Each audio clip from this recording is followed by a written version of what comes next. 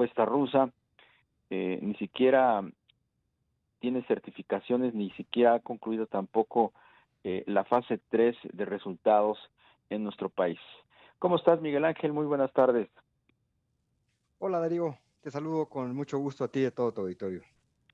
Miguel, ¿cómo estás viendo pues estos acuerdos que el presidente anuncia a diestra y siniestra y donde pues no sabemos qué tan eficaces y seguras pudieran ser esas vacunas?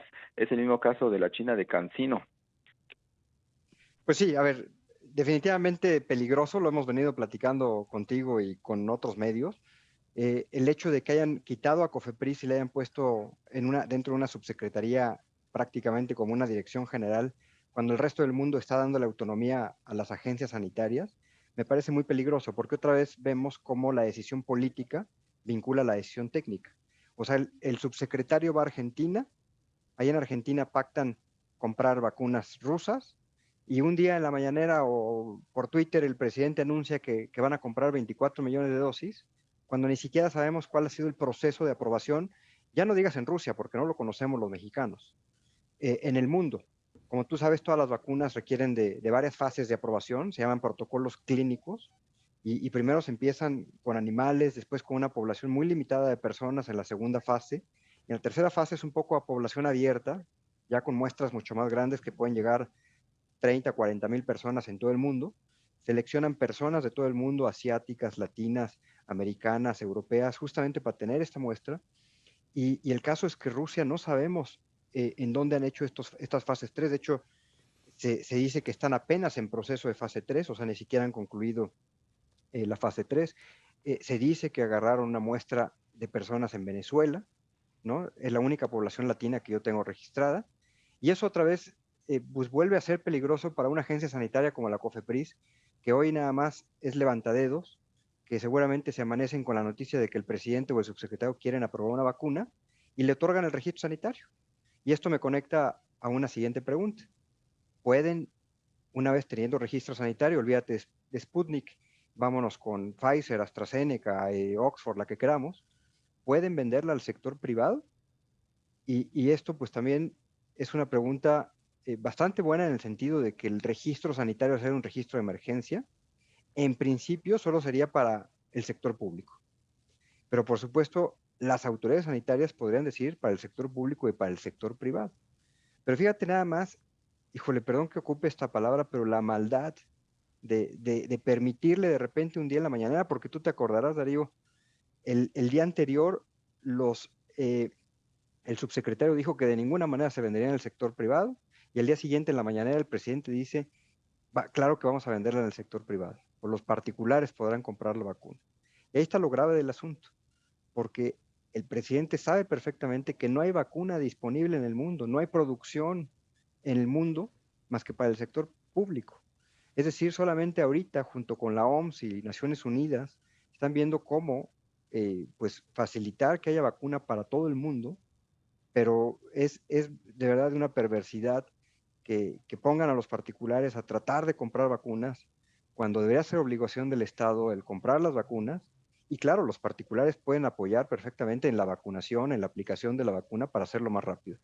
Pero bueno, esto es un poco el panorama de estas 200 millones de vacunas que necesitamos los mexicanos.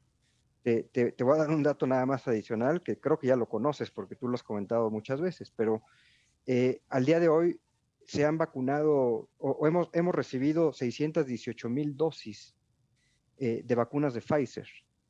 Esto significa que no estamos llegando, por supuesto, ni al, pues, si acaso al 1%, un poquito más al 1% de la población. A estos ritmos, Darío, tendríamos que estar vacunando 100,000 personas al día para más o menos en un año cubrir las 200 millones de vacunas que necesitaríamos los mexicanos. Y desafortunadamente con estas 618,000 vacunas, equivaldría a que hemos vacunado apenas 6 días. Y tú recordarás pues, que esto empezó en diciembre.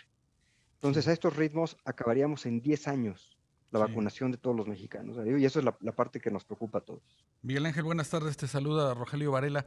Este escenario que nos Hola, Rogelio. planteas, hola, este escenario que nos presentas, pues no es nada favorable Pero ¿qué pasa con la COFEPRIS? ¿Qué ha ocurrido con pues el organismo que pues se debe de encargar de muchos temas, no solamente del sanitario, en estos 2 años? ¿Y qué tan preparado está para pues hacer estas revisiones que nos mencionas a las vacunas que pues están generando en varias partes del mundo? Gracias, Rogelio, por tu pregunta. Muy atinada. La verdad es que COFEPRIS, como sabes, pues ha ido a ser una agencia pues, de mediana. Yo diría, estábamos entre las agencias top 20 del mundo, y hoy estamos prácticamente desaparecidos. Desafortunadamente, tengo muchos amigos en COFEPRIS.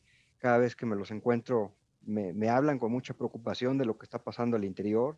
El atraso de los registros sanitarios que ustedes han dado cuenta es enorme. Se habla de entre 15 y 20 mil registros sanitarios que están en proceso, que están atorados adentro de la autoridad sanitaria. Olvidémonos también del acuerdo de emergencia que dijeron, bueno, todo lo que sea producto COVID va a revisarse en fast track. Eso es completamente falso. Tengo igual varios reportes de gente que me ha platicado que ni unos ni otros. Hay una parálisis total en COFEPRIS, justamente porque pues estos señores, en este caso el comisionado Novelo, no ha tenido la capacidad, ni el equipo técnico, ni las ganas de realmente mover a la agencia, como el presidente ya dijo que había que desaparecerla. Esa fue la primera decisión presidencial. Después se arrepintió y entonces la tuvieron que meter ahí una dirección dentro de la subsecretaría del señor Hugo López Gatell. Pues le han quitado una capacidad operativa. No hay gente, no hay suficiente personal, no tiene recursos.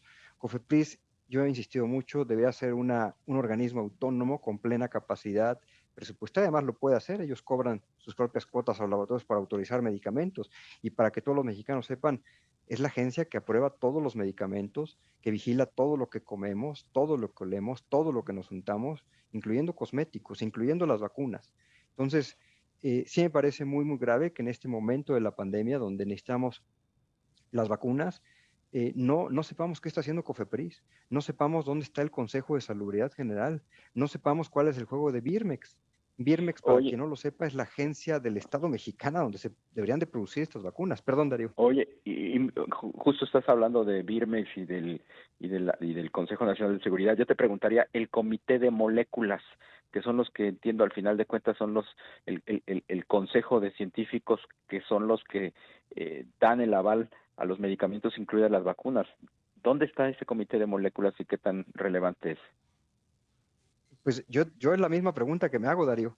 ¿Dónde está el comité de moléculas nuevas como tú bien lo dices, es un conjunto de expertos, donde hay médicos, donde hay doctores, donde hay químicos, donde hay ingenieros, donde analizan estas moléculas nuevas, estas vacunas nuevas? Debería ser una comisión expedita en estos casos de la pandemia, porque además hay información clínica muy importante que otorgan los laboratorios a COFEPRIS.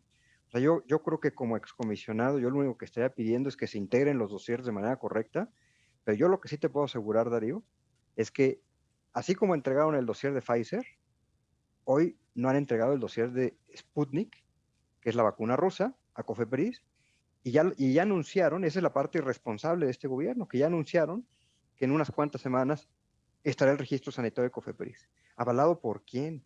¿Dónde está el comité de expertos? Creo que los mexicanos deberíamos merecer saber dónde están, qué han hecho, que sean transparentes estas discusiones, porque al final van a inyectar a 12 millones de mexicanos con las 24 millones de vacunas que pretenden traer solo de esta vacuna.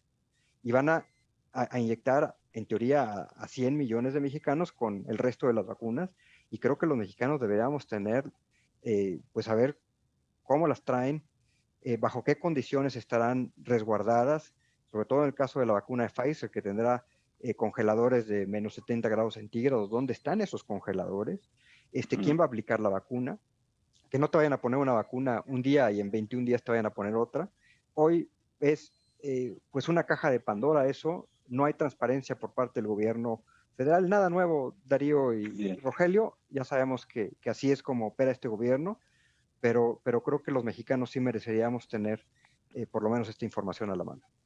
Pues Miguel Ángel Toscano, ex titular de la COFEPRIS, te agradecemos como siempre que nos hayas tomado la llamada. Muy buenas tardes. Encantado, Darío, y bueno, acabo de leer, o estoy leyendo el libro de Un daño irreparable también de la doctora Lauren Jiménez. La verdad es que vale la pena que le echen una ojeada, es muy revelador todo lo que está pasando claro que alrededor sí. del mal manejo de la pandemia en Desde México. luego que Gracias, sí. Darío, gracias, Rogelio. Gracias, hasta Gracias. pronto.